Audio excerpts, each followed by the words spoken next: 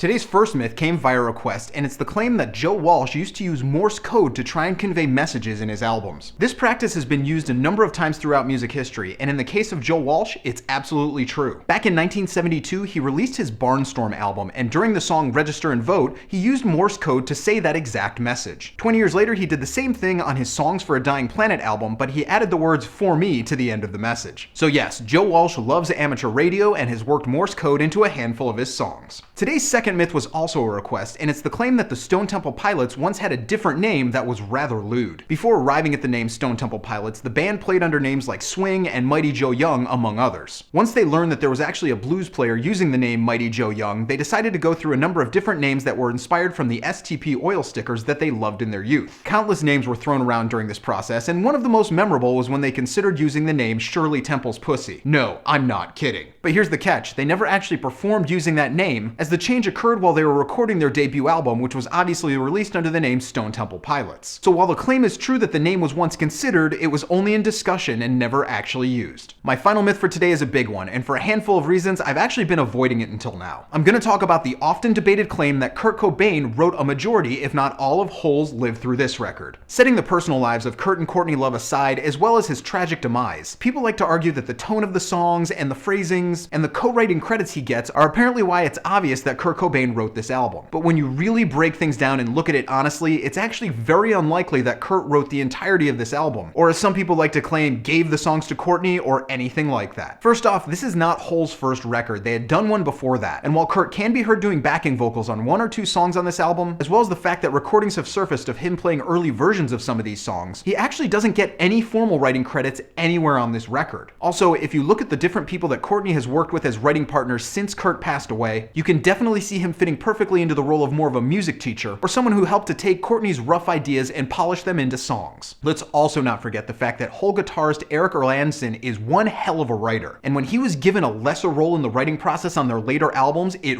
really showed. Granted, nobody but Courtney knows 100% whether or not these songs were actually written by Kurt Cobain, but when you look at the available facts, I think it's pretty safe to say that the idea that Kurt Cobain wrote Hole's first album is nothing more than an urban legend. So those are my myths for this week. Be sure to check back here every Thursday as I delve into some of the coolest stories in music history, and be here every day for all the music news, reviews, and knowledge you'll ever need.